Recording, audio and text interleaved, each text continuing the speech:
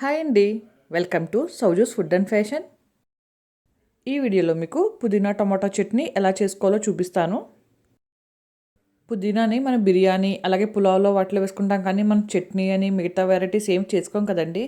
కాకపోతే పుదీనా చట్నీ చేసుకున్న చాలా బాగుంటుంది. అది టమాటా వేసుకుంటే ఇంకా బాగుంటుంది అన్నమాట కాంబినేషన్ మనకి. ఈ పుదీనా చట్నీ అన్నం, దోశ, ఇడ్లీలోకి చాలా బాగుంటుందండి. అన్నంలో కలుపుకుని తినేటప్పుడు దాంట్లో నెయ్యి వేసుకుంటే ఆ కాంబినేషన్ ఉంటుంది, సూపర్ అంటే సూపర్ ఉంటుంది. ఓకేనండి, ఇప్పుడు ఈ పుదీనా టమాటో చట్నీ ఎలా చేసుకోవాలో చూపిస్తాను. ముందుగా స్టవ్ ఆన్ చేసుకుని దానిపైన ఒక ప్యాన్ పెట్టుకోవాలి. ప్యాన్ కొంచెం వేడైన తర్వాత అందులోకి ఒక స్పూన్ ఆయిల్ వేసుకోవాలండి. ఎక్కువ ఆయిల్ వేసుకోక్కర్లేదు. ఆయిల్ కొంచెం వేడైన తర్వాత అందులోకి ఒక స్పూన్ పచ్చిశనగపప్పు వేసుకోవాలి. ఒక స్పూన్ మినపప్పు వేసుకోవాలి. శనగపప్పు, మినపప్పు కొంచెం బాగా వేయించుకోవాలండి. మీడియం ఫ్లేమ్లో చక్కగా వేయించుకోవాలి. ఈ రెండు కొంచెం బాగా వేగిన తర్వాత అందులోకి ఒక స్పూన్ ధనియాలు వేసుకోవాలి. జీలకర్ర ఒక హాఫ్ టీ స్పూన్ వేసుకోవాలి.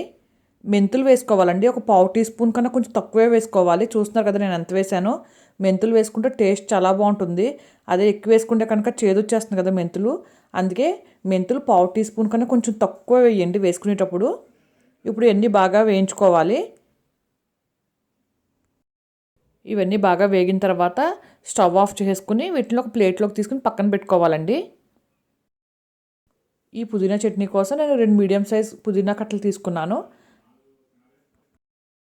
పుదీనా టమాటా చట్నీకి మనకి పుదీనా కన్నా కొంచెం టమాటా క్వాంటిటీ ఎక్కువ ఉంటేనే టేస్ట్ చాలా బాగుంటుందండి. మళ్ళీ ఒకసారి స్టవ్ ఆన్ చేసుకుని దానిపైన ప్యాన్ పెట్టుకుని ప్యాన్లోకి 2 స్పూన్స్ ఆయిల్ వేసుకోవాలి. ఆయిల్ వేడైన తర్వాత అందులోకి పచ్చిమిర్చి వేసుకోవాలండి. పచ్చిమిర్చి కూడా బాగా వేయించుకోవాలి. పచ్చిమిర్చి కూడా బాగా వేగిన తర్వాత అందులోకి మనం ముందుగా శుభ్రం చేసి పెట్టుకున్న పుదీనా ఆకుల్ని వేసుకోవాలి. ఒకసారి ఇదంతా బాగా కలుపుకొని ఈ పుదీనాను కూడా మనం బాగా మగ్గించుకోవాలండి. పుదీనా తొందరగానే మగ్గిపోతుందండి, టైం ఎక్కువేం పట్టదు. చూస్తున్నారు కదా, ఇక్కడ మనకు పుదీనా కూడా బాగా మగ్గిపోయింది.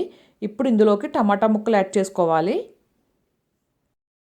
2 మీడియం సైజ్ పుదీనా కట్టలకి నేను 6 మీడియం సైజ్ టమాటాలు తీసుకున్నానండి. వాటిని శుభ్రంగా కడుక్కుని ఇలా చిన్న చిన్న ముక్కలుగా చేసుకోవాలి.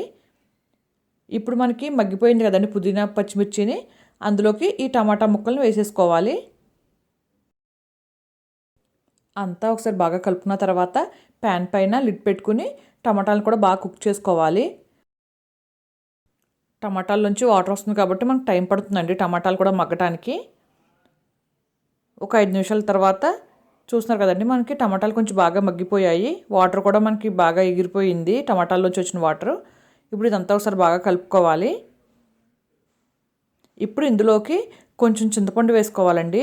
మనకి టమాటాల్లో పులుపు ఉంటుంది, కాకపోతే పుదీనా ఇంకా మనం శనగపప్పు అవన్నీ వేసాం కదా, అందుకు కొంచెం చింతపండు పడుతుంది. చూసారు కదా, కొంచెం వేస్తే సరిపోతుంది చింతపండు. చింతపండు కూడా వేసి ఒకసారి అంతా బాగా కలుపుకుని స్టవ్ ఆఫ్ చేసుకోవాలండి. బాగా చల్లారిన తర్వాత దీన్ని మిక్సీ పెట్టుకోవాలి. ఇప్పుడు మిక్సీ జార్ తీసుకుని అందులోకి మనం ముందుగా వేయించుకున్నాం కదండి పచ్చిశనగపప్పు, మినపప్పు అవన్నీ, అవి మిక్సీ జార్లోకి వేసుకోవాలి. 3 వెల్లుల్లి రెబ్బలు వేసుకుని ఒకసారి మిక్సీ పట్టుకోవాలండి. మిక్సీ పట్టుకున్నాక మనకి ఇలా రెడీ అవుతుంది. ఇప్పుడు ఇందులోకి మనం ముందుగా వేయించుకున్న టమాటా, పుదీనా, పచ్చిమిర్చి ఉంది కదండి, అది కూడా వేసుకుని దీనికి రుచికి సరిపడినంత ఉప్పు వేసుకోవాలి. తర్వాత దీన్ని ఒకసారి మిక్సీ పట్టుకోవాలండి.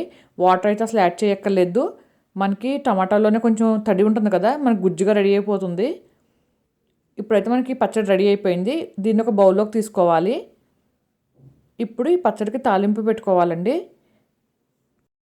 తాలింపు కోసం స్టవ్ ఆన్ చేసుకుని దానిపైన ఒక కడాయి పెట్టుకోవాలి. కడాయిలోకి ఒక 4 స్పూన్స్ ఆయిల్ వేసుకోవాలండి. ఆయిల్ వేడైన తర్వాత ఒక హాఫ్ టీ స్పూన్ పచ్చిశనగపప్పు వేసుకోవాలి.